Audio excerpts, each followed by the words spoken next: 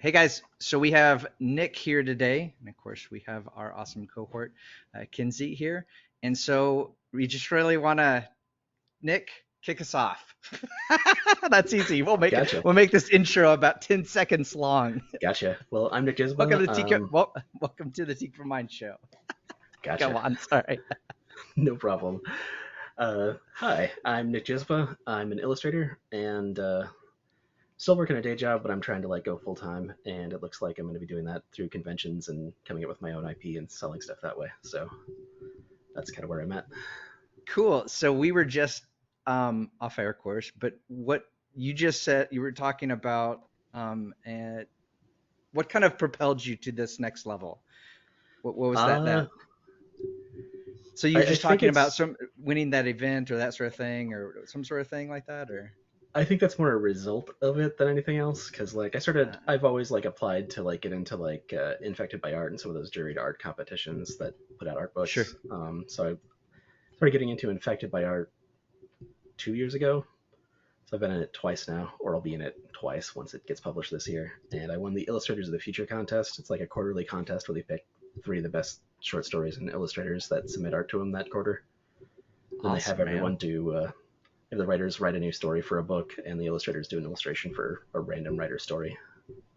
So that's what that was. But it's also they fly you out to California to do an actual a red carpet award show and stuff. So yeah, it What do was you pretty think of crazy. that? You It you've was been to nuts. California?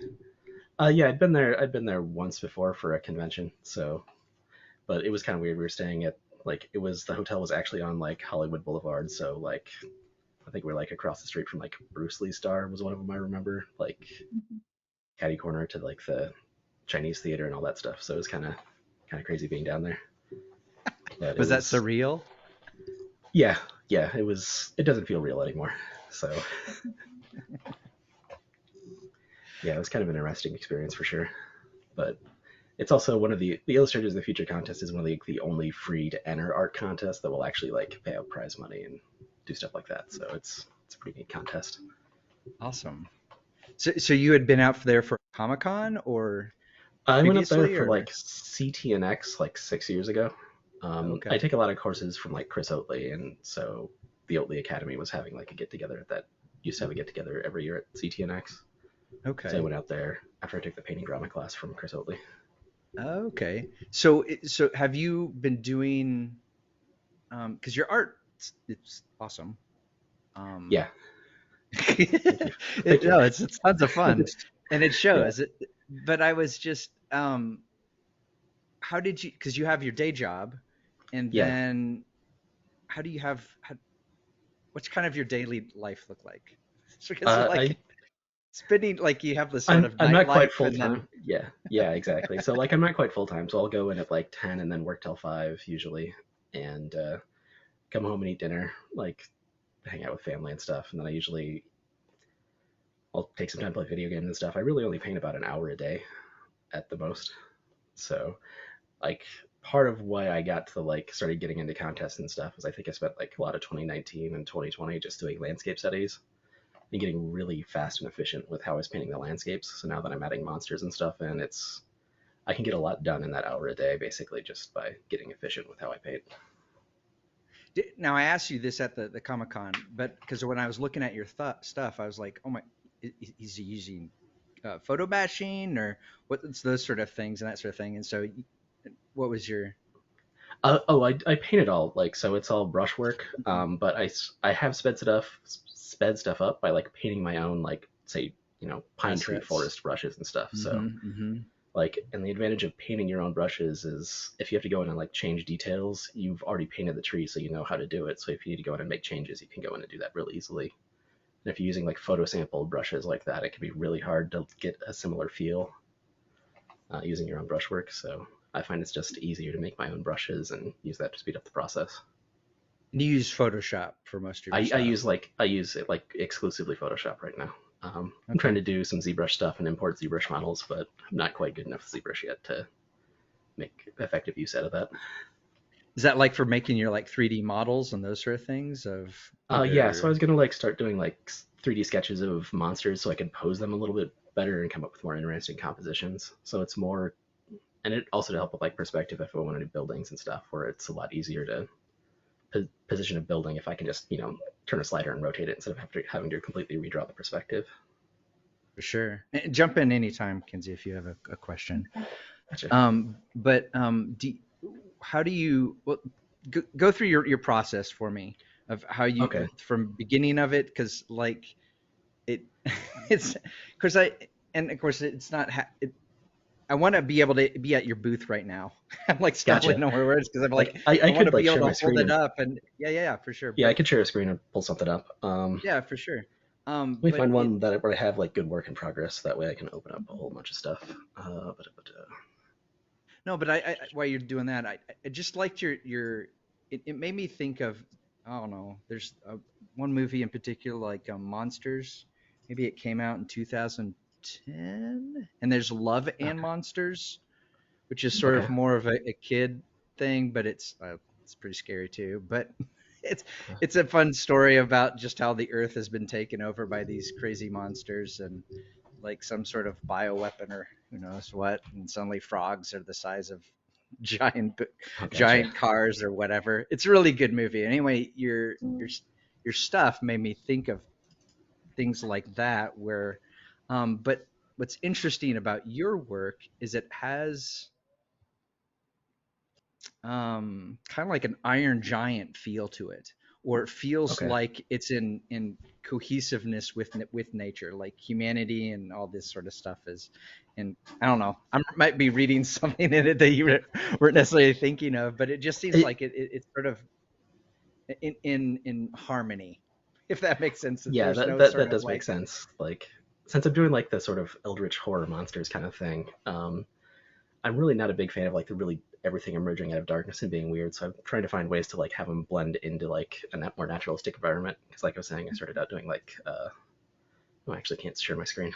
Um, no, it's not like what is that movie Monster Hunter with yeah, Djokovic or whatever. It's not like that where you're just like this over the top and like yeah, it's more like I'll paint like a relatively realistic landscape and then paint a monster that I think would look cool in there. So that's basically it.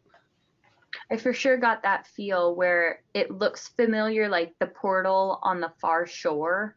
That one, I was Oh like, yeah, oh, I feel like I've been to that lake or that place before. But then oh if yeah, I were to be there, I really don't want this monster to show up. So exactly I, like like the giant little yeah, like dragonfly things. Yeah, for sure. very cool. well, it's not like what was the movie? I always think of tons of movies, but like Tremors or whatever with Kevin Bacon, Mm. which is a Okay, classic. yeah. Oh Who my doesn't like goodness. Tremors? Such a good movie. They don't make them like that. Where it just doesn't take itself because it's dealing with something so ridiculous and absurd that it's Yeah, not. It's like okay, we know it's absurd, so let's not take ourselves too seriously. Which is I don't know if that's sort of a problem with modern day movies right now or not, or what's going on and what your thoughts are about that. But I could yeah, see that a little bit. Where like I don't know if they're taking themselves too seriously, but it feels like a lot of stuff is just like they want to find like the darkest hole they can dive into with their story, and I'm just like I don't want to see the bottom of that hole. There's plenty of dark stuff going on right now. I want something a little bit more lighthearted. for sure, for sure. Are you interested in like was it the Doctor Strange movie or whatever? Yeah, I'm interested. I haven't had time to see it yet. Like I'm still playing catch up after the convention, so like I'm not sure when Me I'll be able to too. see it, but yeah, yeah. I So was dead that week. That week afterwards, I don't even know. I don't remember that week. Was that last week? oh yeah, Like yeah, did you yeah, feel that way? yeah. I felt like I felt that way basically for all of April, and then a little bit there because that award was the first week in April. Then I had like a week and a half to get ready for the convention, and then the week after. So it's been an insane month basically. I guess it's not April anymore, but it was an insane month last month. So you need a vacation. Yeah, that's yeah. I was sort of planning on taking this last weekend off, but I've got some like people commissioned me to do some stuff, so I've been trying to like get that done. So Awesome. Way cool. But yeah, tell us about your stuff. What kind of your okay, process and that sort of the thing. process. I usually like I'll start out by like finding a landscape that has like a similar feel to what I want to paint. So I'll make sort of a mood board, I guess, to start out with.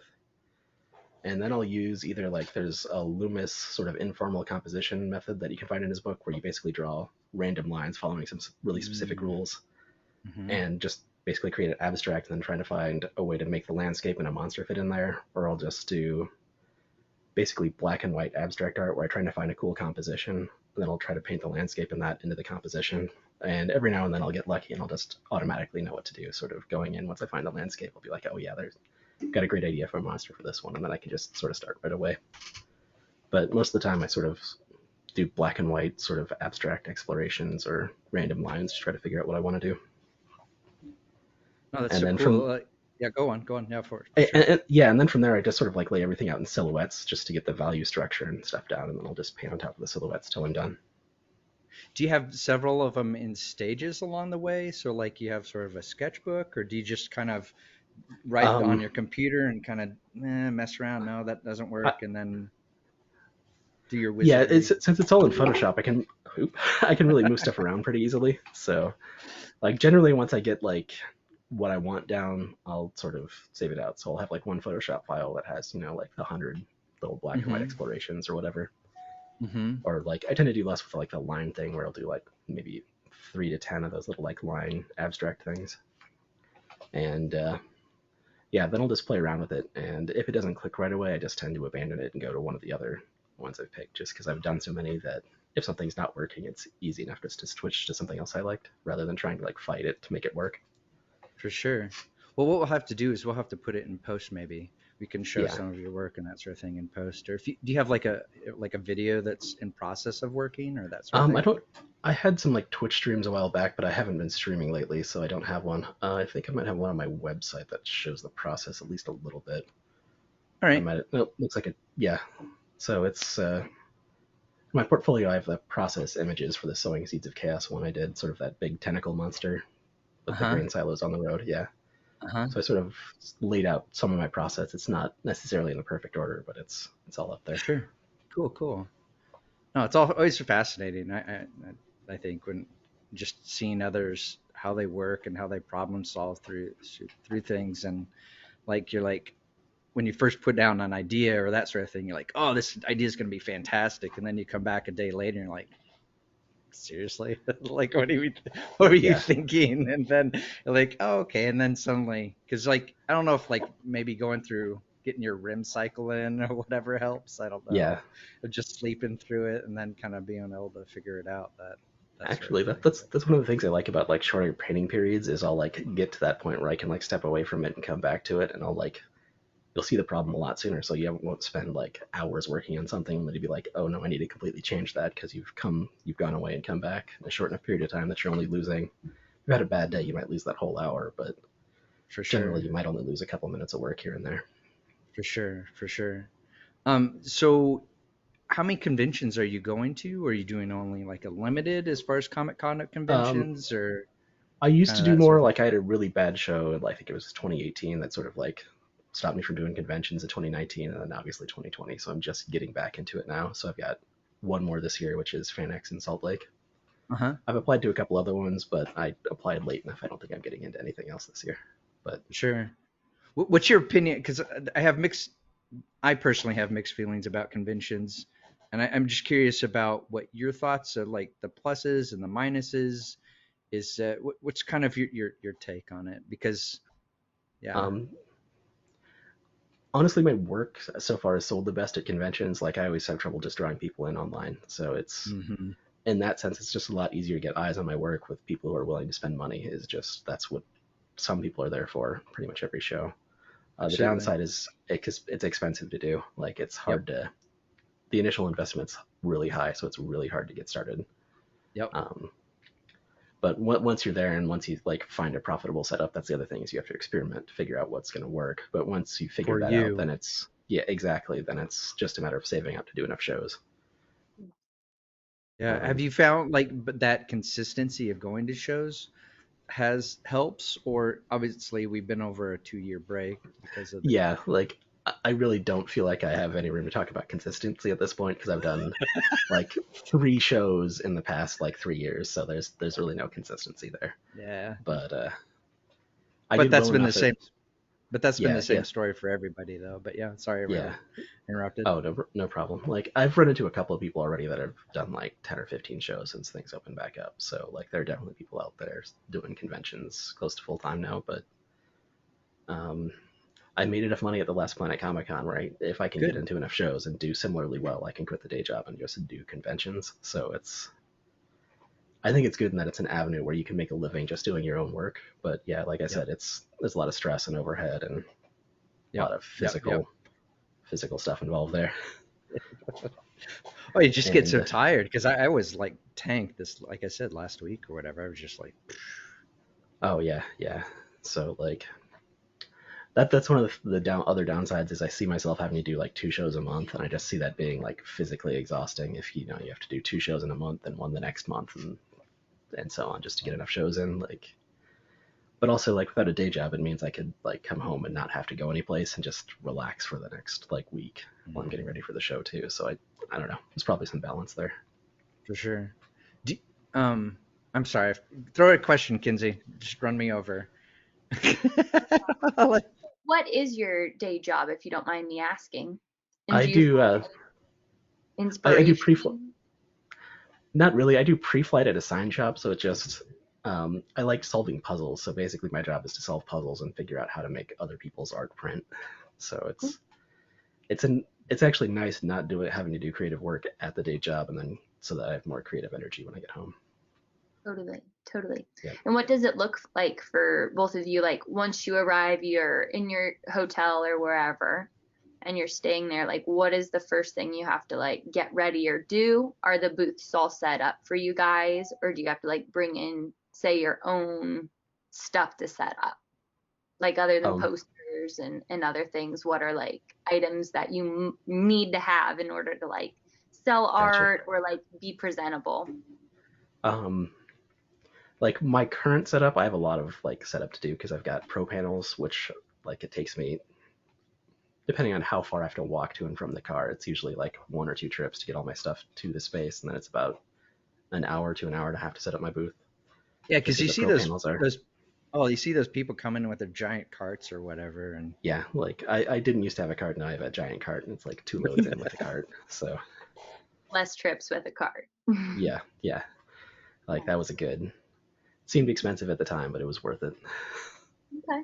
Cool. Cool.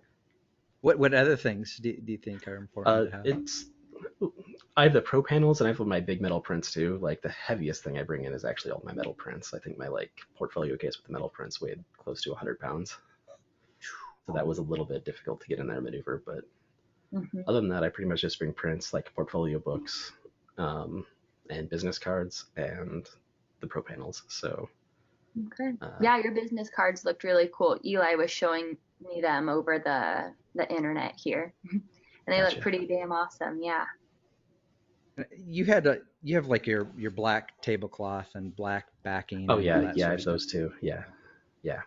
So like I kind of figured since I don't know, I find my work shows up better on like with a black background, so I just tend to make everything around the art black. That way the art sort of stands out a little bit more. Yeah, I was kind of That's looking up your stuff here, but go on. Yeah.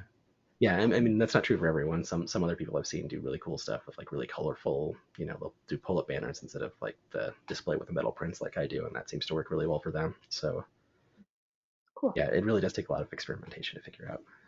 Yeah, I don't know if this is probably terrible on my. That's Yeah, your. I got you. So those like black panels behind me, I bring those in when they're. Okay. I ordered them. They're expensive, but what they are is they're like metal tubing with like that hard foam like the wall insulation in the middle, and then carpet covering the top. So Hmm. they're relatively lightweight. They're pretty easy to stack up, but takes Cool. there's a lot of little. It's like setting up a lot of like a giant Lego set basically. It just takes a little bit of time. You're talking Yeah. about the backing, that corner backing. Is that what you're talking Yeah, about? yeah. Yeah. They're called pro panels. So it's Cool. Oh, yep. good stuff. No, that's great that you did well at the convention, because that's always sort of the hard part of like, because getting your work out there. Did you find Yeah. at first as you were starting to do conventions, you're like, oh my gosh, how are we going to make this even possible? and then talk about the journey from that to Gotcha. where you feel like, okay, I'm starting to get comfortable, starting to get in a routine, and starting to see like more, like you were just alluding to, Yeah. more possibilities of where this ultimately could lead. So yeah, like I started doing conventions like when I first started doing illustration, which would have been like 8 years ago, 9 years ago now. Like I had a buddy that had some panels and like helped me do a setup, so I'd like Mm-hmm. borrow his stuff and go to shows. And I'd just get an artist alley table because that's way less expensive. Like I had Uh-huh. relatives that were living in Kansas City at the time, so there wasn't a lot of overhead. So it was a relatively easy show for me to start out with. So, but I was doing like I think my some of the first shows were I don't know maybe 15% of what I did at the last show. So like I started out like way making way less money, but I was still making some money there. But it was more like a weekend spending cash rather than Right, right. yeah a good chunk of money. And so and I guess that my point is it takes time. It takes that Yeah, patience and that consistency. And like with everything, with like even just making art, it's like day one, your first artwork is going to be crap, yeah, exactly. and you have to put in all those little efforts, those miles of sheet metal in your Yeah, case, or paper, or whatever it is, or whatever, and to get to the miles of that you have to put in to even to get to ultimately yeah, your end result and goal. yeah. That's why when people ask me about like selling their stuff at conventions, I'm always just like start local if you can Yeah, and do it there. That way you're not don't have any travel overhead if possible. Because yeah, that's for one of the sure. bigger barriers of doing conventions too is just finding the money to get an Airbnb or a hotel or something and all that kind of For stuff as well. sure, for sure. Well, and certainly you have your day job, and so that's that, because it's that transition of being a full-time artist versus you still have something that Yeah, you're, yeah, because you can't be, because the other side of it too that you were talking about earlier, you can't be creative 100% of the time. That's impossible. You still yeah, have to exactly. do the other important things that connect the dots. Yeah, and like as of right now, I'm like trying to figure out what I'll do like when I'm actually finally able to go full time, and I realize that even then I'll probably only be painting like 3 or 4 hours a day at the most, just because there's all the Mm-hmm. social media stuff, like Mm-hmm. freelancing. You've got to actually go hunt down the jobs too. You can't just sit around and wait for the jobs to come to you. So I'm sort of looking at stuff like that. No, it's not Field of Dreams. Yeah, exactly. Um, do you have other questions, Kinsey? It would be about how do you title work? So this would kind of be like a transition question into something else, probably other than. I look at what's in the piece and just describe it basically. And Okay. if it's similar to something else, I'll just pick something else in the image and call it that. So, like Mhm. if I paint something with a frozen lake in there, the piece might be called Frozen Lake or something like that. Like occasionally I'll feel creative and do something fancier, but generally it's just whatever's there. Mhm. Very cool. How do you design your monsters and that sort of thing? What's your kind of your process for that? Um, Speaking a of names lot, and then connecting that to names. a lot of it is since I'm doing that abstract stuff at the start. I'll find something that will fit into that abstract shape and sort of like cobble together actual things into whatever fits in that shape. So sometimes I'll mix like buffalo and sea creatures and other weird, just random stuff. Okay. Lately, I've been doing a lot of like undersea creatures just because like I've been busy, so I haven't had a lot of time to really put effort into thinking Well, about the that monsters. boat painting or the two sailboats, Oh and yeah, you have yeah, these sort of worms coming up or whatever, that sort of thing, and like, are they yeah. Oh yeah, friend like or that foe? exactly. That one was kind of fun, but like just to make the composition work, I had to keep the monsters really simple. So I'm just like I'll just do some eels and mix a couple like different kinds of eels together and add some weird tentacle-y things to them and stuff, and called that good. Yeah. Oh, that was a good one. That's a good one. Um, what gosh, there's tons of questions here. What's something that you would like to share? I guess what sort of thing that you would like to share in Um, terms of what your, yeah. I don't know. Like I guess a lot of it is just all. It's hard to find inspiration, so I'll just like try to find like little Mhm. things that like sort of like weird me out, and I'll just turn those into monsters too. So it's instead of like trying to come up with a specific monster, I'll take some little like yeah, like not like huge fears, but something that just made me a little uncomfortable and just turned that into a monster basically. Hmm. Just because there's always stuff that weirds you out, like trees knocking on your window at night, or like big storms with stuff blowing by, or shadows in the woods. Like those are all pretty good ways just to come up with something weird. You should have you seen Love and Monsters? I have not. You, you I'll need make a to. note. You need Okay. to. It needs to be on your. It's a good movie. I think there's a little bit of subversion in it, but whatever. I'll throw my. Yeah, yeah, Of course, all movies these days are just chock full of subversion. But exactly. I digress for my movie opinions right now. But it's a really good movie for it. I think it might Okay. interest you Well, because I've got it. I've got it saved in a it's search tab now. So awesome. It's cute. I don't know. It's family friendly. I don't know. Maybe it isn't. Some parents would consider it not, but yeah. I watched it with my kids. They thought it was good. It's got a little love story in it. Got a little adventure sort of Yeah. So thing it's in sort it of like too. the So love, death, robots kind of thing, and yeah, yeah, yeah. yeah, yeah, yeah, yeah. Oh, and then speaking of it, so that there's two. I think Love, Death, and Robots. There was the jellyfish one where they're sort of like in the. Have you seen that, Kinsey? Love, Death, and Robots on. It's on Netflix, Okay. and I think it was at season one of Okay. that. It's been a while, There's so like I don't remember the there details very well. there was two episodes that really made me think of your work. One was um where they're on some, I don't know, desert or whatever, the car breaks down, and then at night all the jellyfish and the fish start showing up and flying in the sky, and then spoiler alert, the dude jumps in and he's like swimming around in space or whatever, and then he gets eaten or something. I don't know. I don't Yeah, know. like a lot of those just kind of like ended a little weirdly. So yeah, That's where all of them. I thought yeah, season one was much better than season two, but whatever. yeah. I'll agree with you there. But yeah, I can kind of Apparently, see that. apparently Um, they're coming out with another one in end of May. I don't know. But yeah, you're about to say. oh yeah, yeah. Like and a lot of that too. Like I think I started like wanting to be an artist because like my family go on long road trips and I just imagine things out the car window, and Mm, that's kind of a lot of what inspires me still. Is just whatever my imagination puts out, whatever wherever I'm looking basically. for sure, for sure. So do you have a family, or is it I'm just single, you, or but okay, yeah, okay, it's just me. Yep. okay, way cool.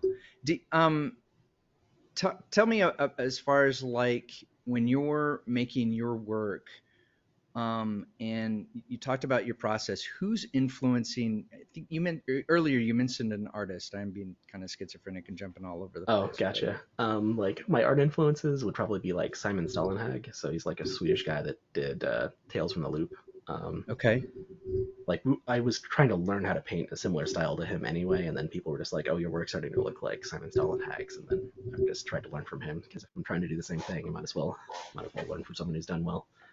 And some of my earlier inspirations, like I used to read a lot of science fiction and fantasy books, so like okay, Michael Whelan did a lot of the covers, and I like part of what got me into it is like every book I read, I do judge books by their cover, so like every book I read was like illustrated by Michael Whelan, so I ended up like following his work, and he's another pretty big inspiration.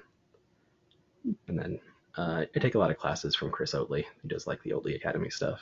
So okay. um, Is it like the process and all that sort of stuff that you've gained from Chris? How uh, you spell Chris? What? it's ChrisOatley. So he's like an ex Disney artist that does a lot of like online classes now. Oh, okay, I see. So like Cool. mostly what I've got from him is like I took like composition and color theory classes from him. So like I Okay. picked up the abstract sort of abstract art, turning it into like more representative painting thing from in one of those Okay. classes. Okay. But Cool. I've Well, what do you think about that in terms of, because so you haven't had any kind of like, and we were talking about this yesterday in our last podcast, that we did, with Abigail Pinner, and one of the things that she went through, um, school for a time, and because of other issues and those sort of things, she ended up being like, okay, this isn't the right place for me, and not finishing her schooling. And Yeah. so, what is your formal schooling or that sort of thing, or Uh, any or I I went to school for like, well, the first time I went to school, I dropped out. Was originally going into like physics, and I couldn't hack the math, and then I went and did construction work till like the 2008 recession, and then I went back to school at ITT Tech for game design, um, okay? which wasn't great. It was kind of a mistake, but I can at least say I have a degree. So What do you say was a mistake?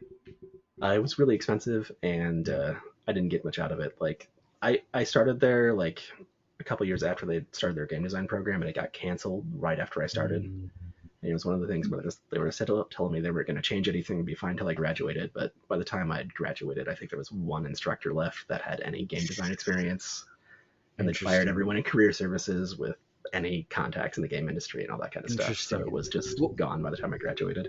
what school was this? ITT Tech. So like Oh, they've okay. been sued into the ground at this point. Like they don't exist anymore. um, Because of stuff like this.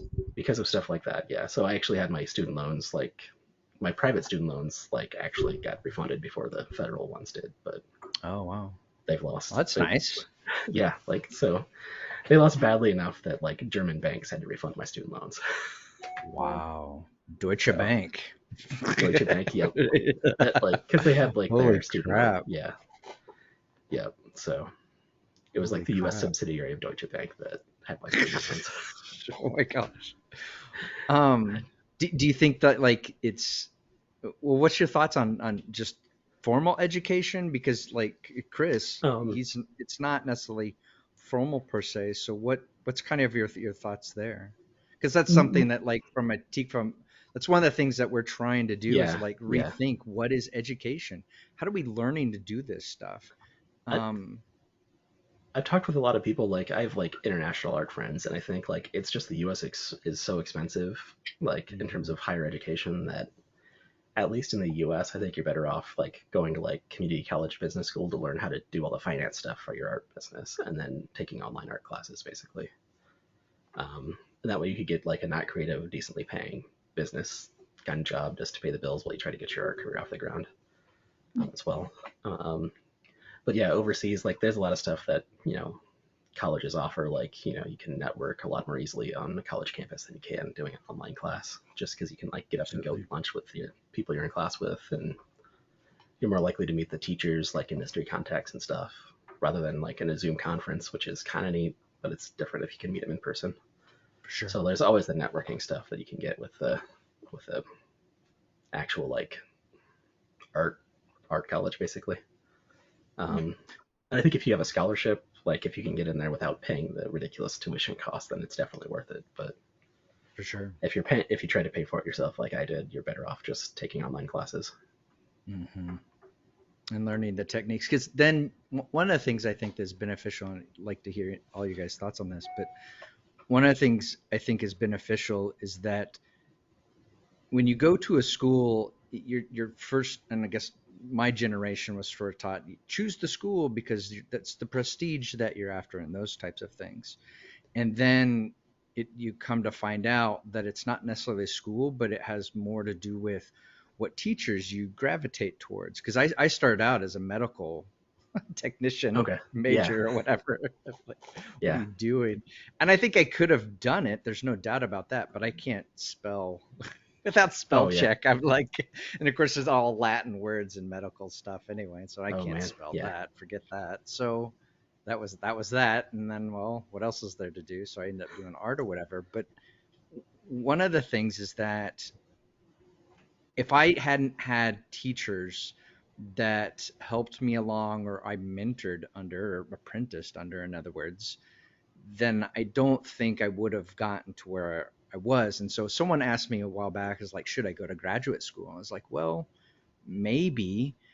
Is the program you're going to, is there a teacher or a professor that is there that you want a tutelage under? And if there isn't, then don't waste your time. Kind of to your point, what you were saying, because it is expensive, and I I do think that there's a place for college. It could be. I don't know if I know the answer to any of these sort of deeper questions, but And there certainly are schools out there. There are great teachers out there that exist, but it seems like we're in this time frame that's changing from that concept to something else. And you have a lot of online or YouTube. I mean, you can find out anything you want to do on YouTube. Yeah. Anything. Yeah, like I think with art, it's like easy to at least get started to like an intermediate level, just doing the free online stuff.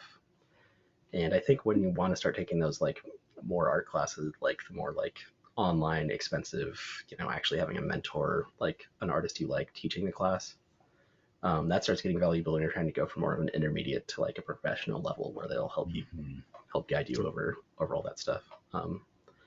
Just because it seems like it's a lot easier to make progress when you're first starting out, like, and like pretty much anyone can give you like, not anyone, but it's pretty easy to get feedback when you're a novice. That's like really helpful in getting you to advance. But like once you get to a higher level, most people are just being like, that looks really good. I don't know what to tell you about this.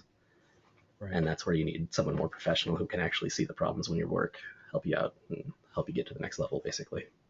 Oh, that's some great points. Yeah, absolutely. What do you think, Kinsey? Yeah, I think that is important, like to see other people's perspectives and like have other people look at your stuff before you're like, okay, this is good. I know it's good. And it's just, and then you decide to show it to the world. It's like, well, we could have like shown that to like 3 other people maybe, and then a color change or something could happen between that process of talking to somebody. And you're like, oh, I guess I could rethink that, go into my REM cycle, and then maybe change it. Exactly. Yeah, just being able to think about it, because it might not change the piece that you're working on directly maybe then because you like it and you like how it turned out, but it might change how you do the next piece and just how you go about thinking. Mm-hmm. Yeah. Do you feel like you were able to do critiques during like the online courses that you've been taking? Yes, I've very specifically taking online courses that involve critiques on whatever assignment there is, and also courses that have assignments where it's whatever I want to do basically within, I might get a prompt, but I can paint whatever I want within the prompt, and then I get critique based on that. Because that way you're like, yeah, that way I'm having fun doing what I want to do and still figuring out, what it is in my process that's not working that I need to work on. Yeah, that's kind of one of the downsides of like doing that's the hard part about courses, is that not building your portfolio, not building something that is in the vicinity of where you ultimately want your work. Because you could take a class on figure drawing, but none of it might not ever end up in your. Oh yeah, for sure. Like I'm taking like figure drawing classes right now since I never really did a lot of figure drawing, so they're definitely not ending up in my portfolio, but it's still worth doing too. Like I think that's worth mentioning, is even if art isn't going out to the public and you're still learning stuff, it's still worth it. Just I enjoy doing it, so even just for that, like the self-fulfillment of having fun, trying to learn how to paint the human figure, it's worthwhile. For sure. Any other thoughts on education or that sort of thing? Or I guess one thing is like, because that's my last sort of thought, was that like for me, education, I mostly just have memories of funny stories, honestly. Yeah. There's no beyond that. I'm just like, yeah, an awesome loan. Yeah, exactly. I guess my other thing is like, don't try to do it completely yourself. Like try to find like art groups where you can go, like, well, you'll have other artists, even if they're just at a similar level to you, where you can show your work to them and get feedback. Because it's like, you can get there learning completely on your own, but it always helps to have feedback from somebody else, just who can, a fresh set of eyes basically on your work. That's why you want to find like a community of artists that you actually enjoy hanging out with, whether it's online or local to you in person. That way you know and trust who you're getting feedback from, and it's not just some like rando on the internet who might not have your best interest in mind. Absolutely, way cool. What's so how many works are you currently working on, or in different stages and those sort of things? I've got like 6 or 7 sketches for the book that I'm not sure I'm going to finish. I've got another piece that I'm doing. Someone wanted me to try to put together an art show, and I decided to do that. I'm kind of regretting it now because I'm still feeling so busy. I was expecting to be a little bit, but yeah. So I've got a Where's the piece site or two I'm show? working. Just a local one in Omaha. Just because I met him at that Illustrators of the Future event. He does a lot of like gallery shows, and so he's like challenged everyone in all the other artists that showed up there to try to put together a gallery show by the end of the year. So just trying to do that, just finding a venue locally that there's a area in Omaha called Benson where that does art shows like the first Friday of every month. So I'm just going to try to do one of those, I think, where I find a venue like a bar or restaurant there and just hang my art up in that venue. Cool. Yeah, Very I'd cool. say pet shop. They might already have Yeah. somebody in there, but yeah, pet shop's definitely one of the great local places in Benson. Kinsey's Gotcha. just down the road from you, so. Oh, okay. Gotcha. So pet shop. Okay. Yeah. Like I have like really bad seasonal allergies, so like any like Benson First Friday is hard to do either because it's snowy or I'm allergic to outside and it's just hard to wander around Benson. So Yeah, yeah, I was just gonna. walking through all those Yep. streets and everything. We were talking about food the other day, Eli. Benson would be the place to go for some good Omaha grub. Is there, Gotcha. okay, so last time I was in Omaha, we stopped by, well, this is last time, 15, 20 years ago. So it's been a while. But there was a Mexican restaurant by the Omaha Royal Stadium in the zoo. Is it still there? They do like a mariachi band would some like occasionally I pull out and whatever. Or I didn't really get down to that part of town much, but I'm not okay. sure. They moved the College World Series to a different stadium, so all the restaurants and Uh, stuff might have moved for that. oh shoot! It was good, authentic Mexican. Like Yeah. I'm a goofball for Mexican food. I don't know why, but I'm just like, you could mention I'm gonna tear down my place. I'm so excited. You could tear. I mean, I could Mexican food would be just. Yeah, for sure. I'm a geek for it. I'm a geek for it. Good luck with that show, and I hope everything comes Oh together yeah. greatly, Yeah. and maybe the trees will stop blooming. Yeah. Well, like it doesn't matter. I'm allergic to everything, so it's like I'm allergic to some trees, grasses. So like when the trees are done, I get grasses, and then like ragweed and stuff in the fall. So it's basically Yuck. end of April till things freeze in the fall is when I'm allergic to stuff. So yeah. Well, cool. What's kind of what's next on? I think maybe I asked this already, but what's kind of next on your horizon as far as your work and Um. what's your maybe your timetable of trying to and how you're going? What steps you would recommend or steps that you're currently taking to take your work to the next, so you can do full time, those sort of So things. I can do full time. I think my work is on a level where I can go full time already. I just need to find either the freelance clients or just get into enough shows to do it. Um, but I'm also working on an art book, so like I'll try kickstarting that Awesome. probably in 2023 or 2024, depending on Awesome. how my schedule is. Because if I'm doing a lot of shows, that's going to slow down my production. Um, but yeah, like short term, I just want to get back to like uh, just getting 1 to 2 illustrations done for the book every month. Basically, ever since I won that contest that I was doing in the beginning of April, like things have just been so crazy. I haven't really had time to get much done. So it's either been the illustration for the book or just other little mini projects just to try to keep myself painting. So I just want to Okay, get things back to normal for like a couple months. Basically, is what my for current goal is. for sure.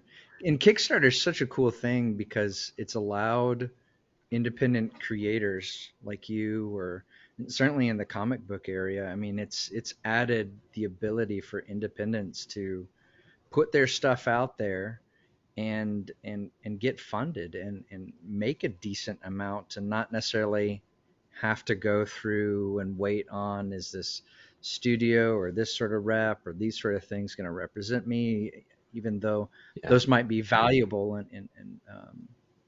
but there's it's added so many opportunities and those sort of things. What are your thoughts on that?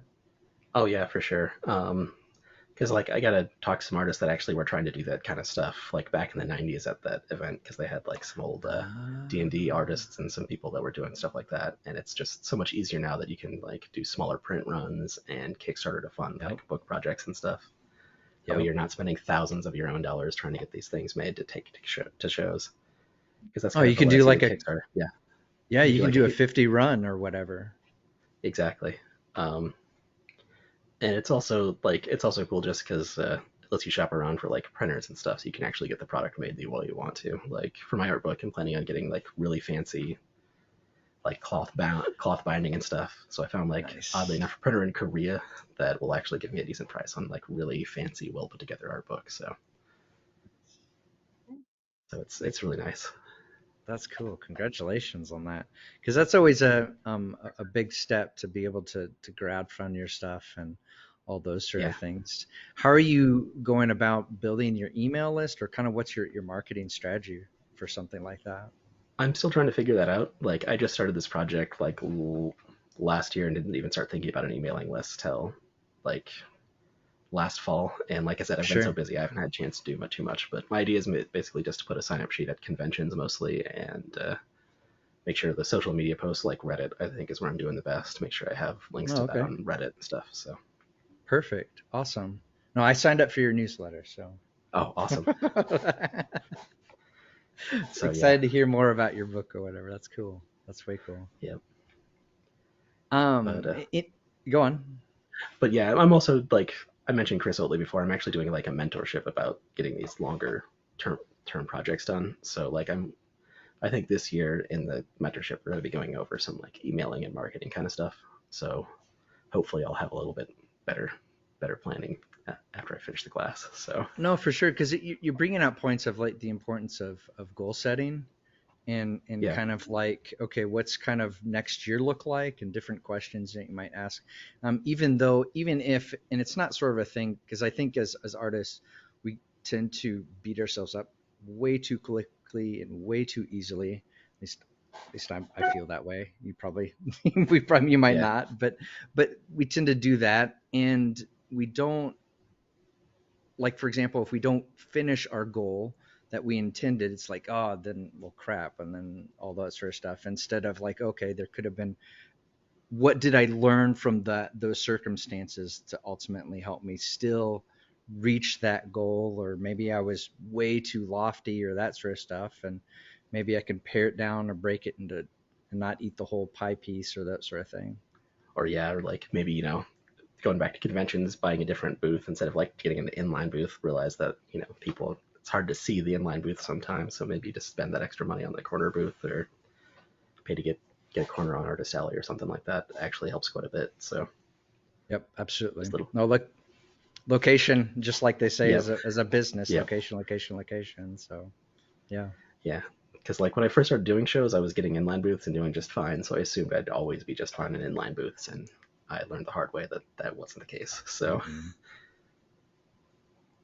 um, yeah, I think the same's like sort of on a related note. I was talking with some other artists about like imposter syndrome, where Mm. your work is good, but you don't realize it, and you don't feel like you're gonna fit in there. And Mm. I realized that it's not something you get over. You're always gonna have it because I was talking to like Larry Elmore at the event, who was like one of the early illustrators for Mm-hmm. Dungeons and Dragons. Mm-hmm. So he'd been doing it for like 40, 50 years at that point. He was still having imposter syndrome coming to A the event. pro. So it's like it's not fake it till you make it. It's fake it and then keep faking it after you've made it, kind of thing. Oh, that's so true. That's so true. Because you think, well, if I once I get to this level, then I won't sort That of you'll be feel like. like you're supposed to be there, and no, no, That's so humbling. That's so cool just yeah, to hear that, because like they look like rock stars, or they have the certain swag or whatever it is that they do, and then they have the booth with their certain name and it's sponsored and all this sort of stuff. And yeah, I met that the at one Comic Con I had a booth right beside him. Oh shoot, Tim Cook.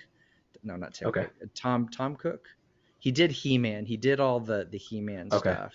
gotcha, I think it's Tom Cook, and not Tim Cook from the Apple store, but yeah, he did all the He-Man stuff, and he basically he was so nonchalant about it. Like, his story was so crazy, where he basically, his job was in um, Los Angeles at the time, and he was driving a bus, and he did some stupid drawing or whatever it was, and he was going to go apply to at the I guess it'd be Hanna-Barbera, I guess. Or what's the name of the company that Hanna-Barbera that did the did all the cartoons for the original He-Man. Okay. And if I'm Yeah. saying that correctly, in any case, he did all this drawing, and he was like, what am I going to do this for? The heck with it. He wadded it up and tossed it in the trash. And one of the workers that worked there, that was a part of the interview team that was on the bus, saw him do that, and he's like, "What are you doing?" And then it started a conversation, and then he ended up drawing He-Man after all through that or whatever. And it was crazy. just like how it was so inconsequential. And then the thing I liked about him was that he was so down to earth. He actually said he doesn't go to any Comic-Con unless he's sponsored by the event. So he won't even, that way he doesn't even spend a dime. And so he only has to pay money on either lodging or whatever that is and kind of cover his costs there. But he was such a just laid back, and it just sort of, which is sort of on the other side also really intimidating and that sort of thing too, of just like, geez, like I do. But he said that I asked him about the Skeletor. I could tell you tons of stories about it, but I asked him about the Skeletor character, just the cackle and all that sort of stuff, and the original Skeletor. And he said that the voice lines were all mostly 90% ad lib. So there you go. Crazy. Sounds like kind of a that's fun what show. I grew up with. I grew up with He-Man and Skeletor. Those were my action figures. I didn't have Gotcha. G.I. Joes. I had that. But I'm not sure where any of that was going, but yeah. Yep. Go on, Kinsey. But You I about to think say that's something? real though. Going back to like the imposter syndrome, like you've accomplished and put in all of these hours, and then it's like, for what? And then it's like, well, someone just bought your print, or say now in the future your book. It's supposed to feel more real, but even then, after these small accomplishments that are big accomplishments, actually, we just kind of like, we put them in a tight little box, we check it off, and we're like, okay, what's the next thing? Because we're always trying to be the best version of ourselves, the best artists, the best illustrators. And it's like, well, where's the finish line for us? And I don't know what that answer is for me or for Eli or for you, Nick, but I don't know, just to keep creating. That's what I want to do. If that's for myself or for other individuals to see, but I don't know if we'll ever get over that imposter syndrome, no matter how much we accomplish. Obviously, with the story that Eli was just saying, it's just like, this man is standing right here and he's done so much, but he's not acting like how we think he should act or whatever, which can be humbling too, because you don't know what people have done or how much or what's on their brain or whatever. So I think that's just good to know that we're really all in this together, trying to figure it all out. And no path is the right path, and you do have to go around and about the wrong paths and get your money back different times. Yeah, exactly. Yeah. Figure your own way to like plow through and get what you need and want from something. Yeah. And one of the more helpful things, I think, is to not think of it like trying to get to a finish line, but like more like you're on a hike where you're going to see all the cool stuff along the way, basically. Where, like, I think you'd be more worried if I got to a point where I'm just like, oh, I'm finished. Like, there's nothing left to learn. There's nothing left to do. That's when I'd start to worry. I'd be like, uh-oh. Like, there's supposed to be something for me to be working on, and I can't find it. That's a good point, because when I look at your work, that's kind of like I'm on sort of like walking by my neighbor's house, like what kind of what is that? Like, because you're always sort of like, and you can't help it. You're always, we all do it, where we look into their window like, what show are they watching right now?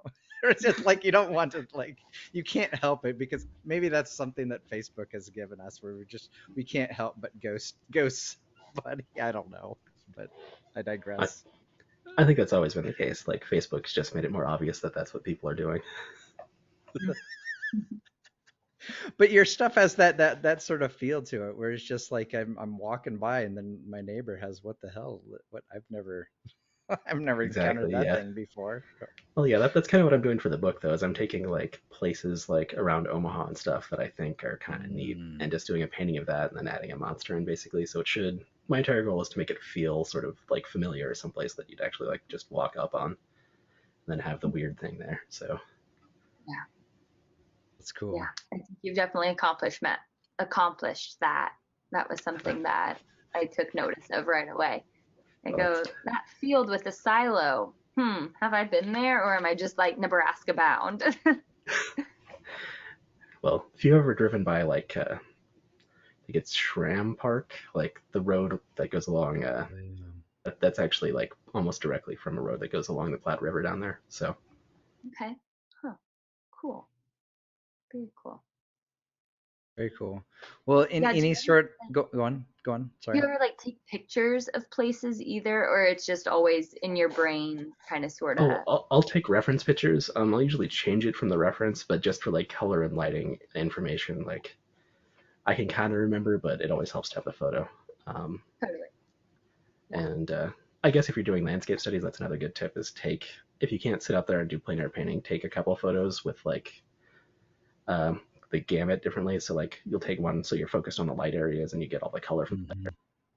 dark areas, and then you go sort of find the in between when you go home to paint. So you're still not using the colors directly from the photo, because that helps a lot with like realism, is not doing learning how to interpret photos and get the colors out of them, because a lot of times if you're taking it with your phone, your camera's going to crush all the colors out of the darks or out of the lights. Hmm. So it's, as someone, if anyone else has like really bad allergies and asthma, that's sort of how I do it. Is I'll hop out of my car real quick and take a couple photos, and then go to do my at-home plein air painting, basically. Mhm. That's cool. The sci-fi world into it, you're mentioning like, is there books that you were kind of reading or that sort of thing in the past, or that kind of Um, influenced some of these thoughts, or just it has um, be it the organic feel to it, be it the sort of it's lived in, I don't know, all those sort of things, but it's not intrusive.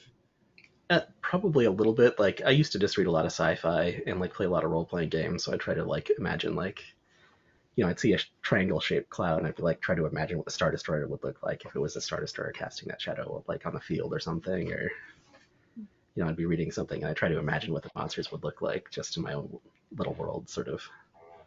I don't know. It's just sort of where my mind goes all the time. So For it's just sure. basically me painting my normal, you know, daydreaming imagination stuff. For sure.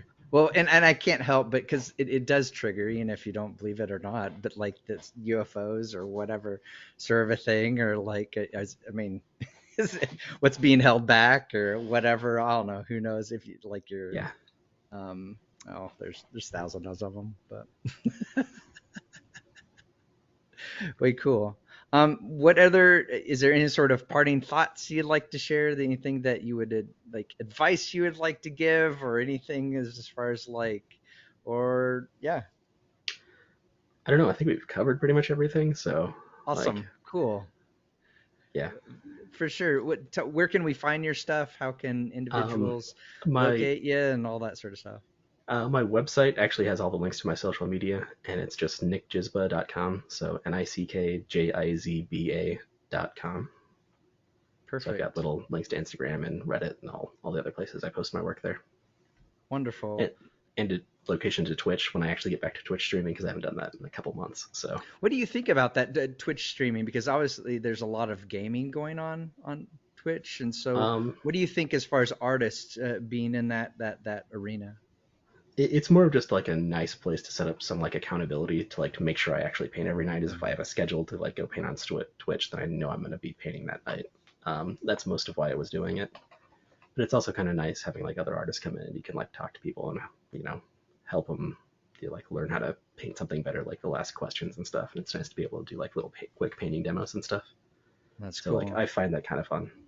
But in terms of building an audience, it doesn't do anything for me. Like I get like 3 people watching my streams at most. So Yeah. I think like YouTube or somewhere else might be a better option, but I'm just too lazy to change, just because I don't really see it as a place to grow my audience, so it's just more something I'm doing for fun.